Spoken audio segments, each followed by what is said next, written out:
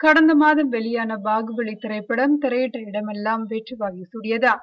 வசூலில் சாதனை, தென்னிந்திய மொழிகளில் அதிகம் வசூலித்த சாதனை என மிக வேகமாக 200 கோடியை கடந்த சாதனை என பல்வேறு சாதனைகளை படைத்த பாகுபலி தற்போது மேலும் ஒரு புதிய சாதனையை படைத்திருக்கிறதா.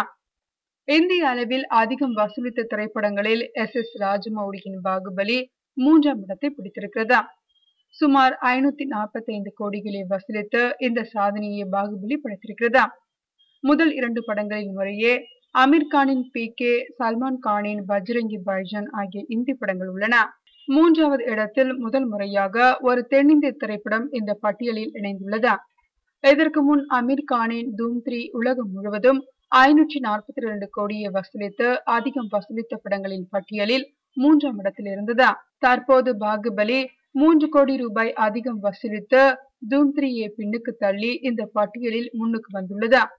அமீர் கானின் PK திரைப்படம் மொழிமாற்றம் செய்யப்பட்டு சீனா போன்ற நாடுகளில் வெளியானதை போல பாகுபலியும் வெளியானால் PK படத்தின் வசூலை முறியடித்து முதலிடத்திற்கு முன்னேறும் வாய்ப்பு பாகுபலிக்கு இருக்கிறதா.